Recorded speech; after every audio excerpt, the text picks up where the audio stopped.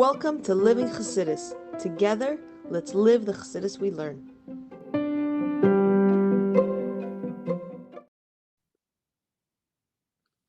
Good morning, everybody, and welcome to Chassidus in the Morning. 15 minutes to change our lives. Achana for Shavuos. With Hashem finishing off the moment today or tomorrow. Okay, so basically we were asking, why was the Torah given Har Sinai? The first answer, first of all, we said the Torah was given on Har Sinai was because it was humble and it was small. This is all the other mountains that they wanted the Torah to be given on them. They weren't humble and small. They had big egos. And so it's teaching us that the Torah is given on something that's humble and low. So the question then, the question becomes, so 1 second, why was the Torah given on any mountain? Because ultimately, for saying Torah like being humble and small, a mountain's not humble, a mountain's a mountain. So why was the Torah given on any mountain? The answer we gave was because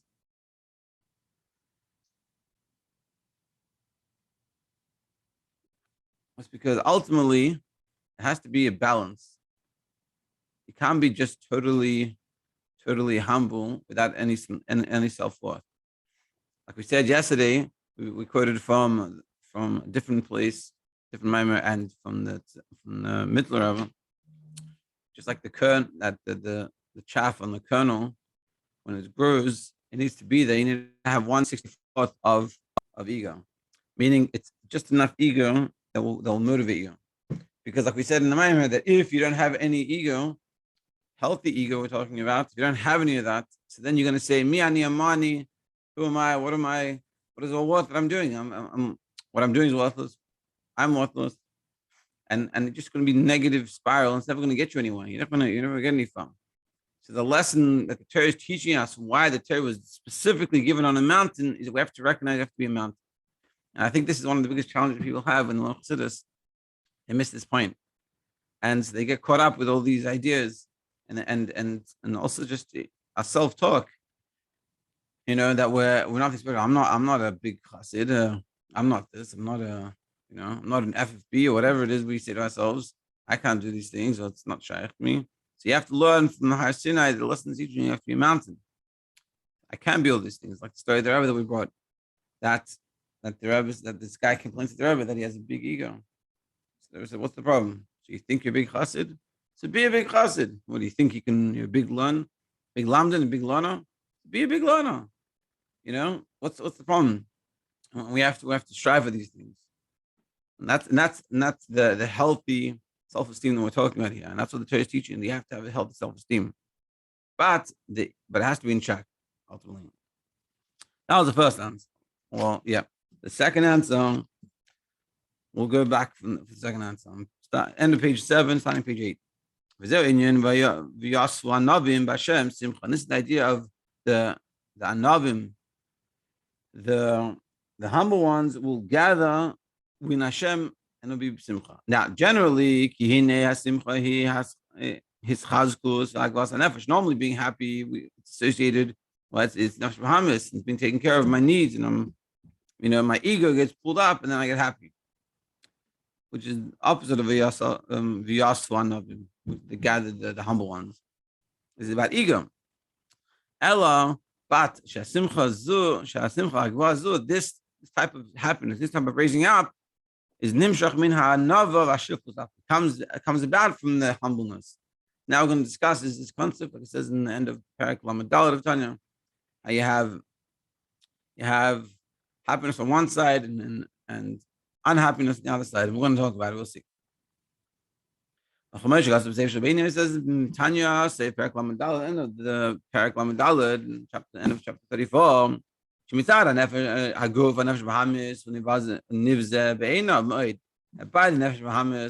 look at our body, when we look at ourselves, at the part of ourselves, we have to first of all define ourselves as two people, so to speak. One is about nefesh b'hamis, one nefesh l'kis. You look at nefesh b'hamis, and you look at the desires that it has and what it wants. I don't want you to stay up late. I don't want you not to get up on time. I don't want you to eat junk food. I don't want you to be not nice to people and not care about Torah mitzvahs.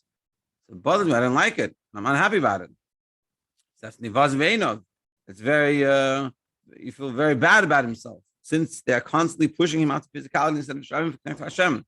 And you realize that instead of connecting to Hashem with what you want to really do, you're not doing that, and you're getting pulled away. You're unhappy about that. But at the same time, you can be happy. Why?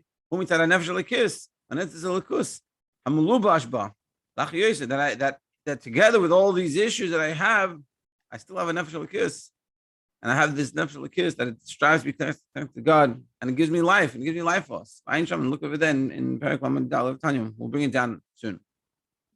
What you see here is that it's an important part of our life that we have to be able to be honest with ourselves and recognize where we're faulting, but not define ourselves by that fault. Because that's nefesh Bahamas. But I have a nefesh elokis, and I don't have a nefesh elokis, and nefesh elokis is holy and it's pure and it's connected, and it gives me life force. And I'm able to connect to that. Let me come and connect with that. And this that it says in the end, being that inside Hashem with happiness, in quoting, but it's a different maimer from, of course, the Torah. The Adrabah, that on the contrary, what it teaches over there is called Mash Yamik Binyan Christus Atzmoi, the more that you look at the lowness of yourself and you see how your animal soul is taking charge and what it's doing, it will be very disgusting in your eyes. Then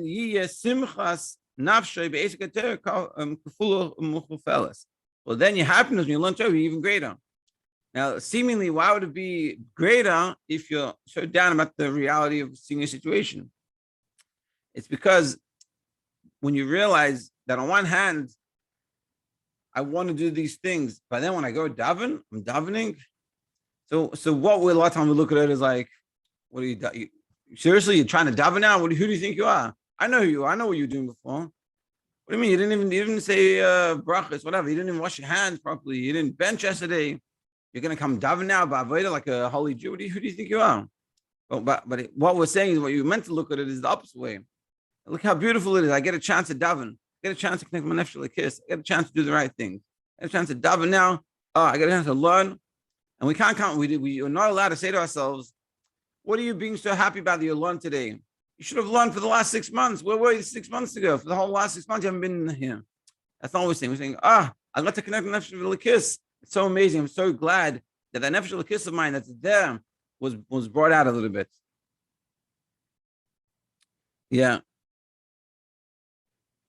Yeah, and therefore, like we said, that your learning of Torah will be even more enjoyable. And this is what it means. Specifically,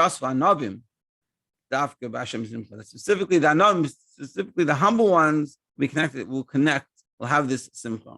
It's because you're being humble over recognizing the situation that even though it's not a good situation, but I have nefesh elokis, and I'm able to connect with that brings you up. And that humility that's caused by recognizing what you're holding can raise you up to even higher level. He gives a little footnote over here about Tanya 34. In chapter 34, the Alter Rebbe concludes a lengthy explanation on how to serve Hashem with joy. In chapter 26, 27, he explains that we should be joyous at all times in Hashem's service, since only with the energy, joy will one be able to overcome the Yetzer Hara and serve Hashem with proper zest. Like it says in 26, 27, you have to serve Hashem simcha. You have to be in a happy mindset, a happy mood. You know, it's very important as Chassidim.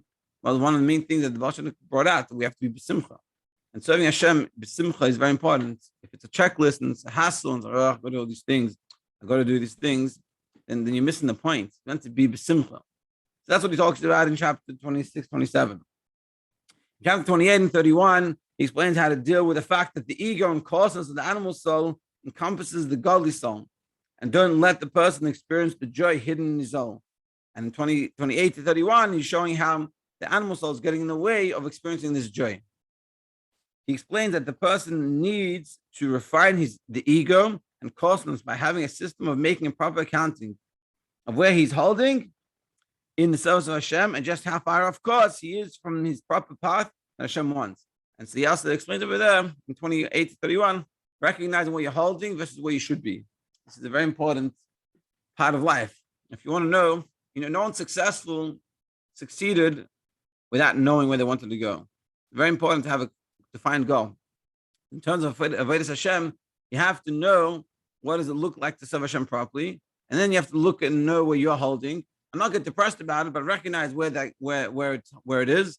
I could be over here. I need to be over here, and let me fill this gap. But if I don't know where over here is, I don't know where my service of Hashem is meant to be. I don't have defined goals of where it is I'm meant to be in my service of Hashem. So then I can never get there. When someone thinks about how lowly and coarse the ego and desire the animal souls are, and how much does he really work on himself to become refined and sensitive, so when we look at that situation, what we're actually holding, what we're actually doing, then his ego should begin to loosen up and allow some expression of his godly soul to enter his consciousness. And then recognizing that I'm not even connecting what I'm supposed to, that should have mavatul, push you to a situation where you'll not let the nefesh of the kiss come and speak up a little bit. Now we can come back full circle. If the goal of the entire process is that we should experience the joy of his godly soul, that's the whole purpose. We feel the joy of the nefesh of the kiss. And how can he do that if he's focused on how much he should be unhappy about his spiritual situation? So one hand, we're saying you have to be happy mitzvah the nefesh kiss, that he's connected to Hashem, he has to do Torah mitzvahs. On the other hand, we're also talking about how you have to be humble over the fact of where you're holding mitzvah the nefesh Bahamas. So how can you be happy and sad at the same time? How can he be expected to be happy about Hashem and sad about his spiritual exile at the same time? The answer to this is chapter 34, where he explains that since the joy is from the godly soul and the sadness is from the animal soul, and each soul is separate, we have like two separate people within us. So it is possible to have both feelings to be expressed in his consciousness at the same time. Not only are they not a contradiction, but on the contrary, the very brokenness of the animal soul's ego is what allows the person to experience the joy of his godly soul. Recognizing and being really broken over the reality of where you're holding is not going to pull you down from being experiencing the joy, but it helps with the joy. Because when as much as you feel like, whoa, I'm so far gone, but you have a proper understanding of what does it mean, Hashem, and connect to Hashem, and you do that, so then you're like, on one hand, you're sad over, hey, where you're holding, but like, on the other hand, you're so happy, like, hey, I'm so gifted, I'm so blessed that I get to learn Torah, I get to dive into Hashem, I get to think about Hashem, I get to let my nefesh elikus get expressed a little bit. This then is the idea of the humble increase in the joy in Hashem, meaning that because the person's humility and selflessness, because of recognizing where he's holding, it allows him to increase in experiencing the joy of the godly soul. But if you feel you're good, so you're not going to work on yourself. I'm good. What do I need to work? But here we're saying it's fakir. When you recognize how not good you are by the nefesh Bahamas, then you push yourself even more to connect to nefesh Elokis. And this is, of course, this is the difference between bitterness and depression. If you're depressed, so that thoughts will just pull you down. We're not talking about depression. That's a whole different subject that we should have. What we're talking about is being bitter. Being bitter means I want more. And this is the recognition. You look at the situation that it's bad, but not that, it's bad, I'm all done for. We're talking about you have a mountain. You have to have that mountain, you have to have that ego. And that ego is like, hey, I want more for my life. I should be better than this. I shouldn't just give in to my nefesh Bahamas and not think about it. I should push myself. I should work myself. I should work on my relationships. Har Sinai, and this is also the reason why it's called Har Sinai. That the sinner, that the hatred fell on the evil characteristics, not evil character traits. Meaning, when we recognize we do something wrong, some people say, "This is who I am. This is me. Take it or leave it." But what we're saying is, Har Sinai is the sinner. You say, "I don't like this part about myself. I want to change this part about myself. It's not how I should define myself. It's not how I should be. I should be different than this." And that's the sinner they should have. And how does it come? It's through the Har Sinai, it's through the mountain. We have to be a mountain enough to say, life should be better than this. I'm not selling myself for anything less than the best. And that counts as being a mountain. Aderech, like it says, Yargiz, Adam, the person shows anger, the Yetzer Tov on the Yetzer Hara. The Yetzer Tov we should be unhappy. When we do something wrong, we shouldn't say, hey, whatever it is what it is. We should no, I'm better than this. I should be able to achieve more than this. Come on, let's push ourselves. And this is this where I'm going to hold myself. I'm always going to light candles in the last minutes. I'm always going to not daven properly. I'm always not going to wash nagavasa properly. I'm better than this. I can do more than this. I can daven. I'm always never going to daven with kavanah. I can daven with kavanah, and you have expectations of yourself. Not to cause yourself to be down, but to cause yourself to push yourself and to value yourself. Al derech, like it says, le'ilam yargiz al yitzah. Yeah, the regez in this anger, who gamken hagba v'isnasus al yitzhara. This is that mountain over the yitzhara, and this is what we're meant to have. We're meant to have a mountain over yitzhara. Meant to have that ego saying, "Me." It's like a chassid said. We'll finish up tomorrow. The last little bit. It's like a chassid said, my ego saved me from Yitzhar. Why? He goes, I'm a chassid. I can't do such things. It's past. It's not befitting of me to do such things. And that's what we're saying here.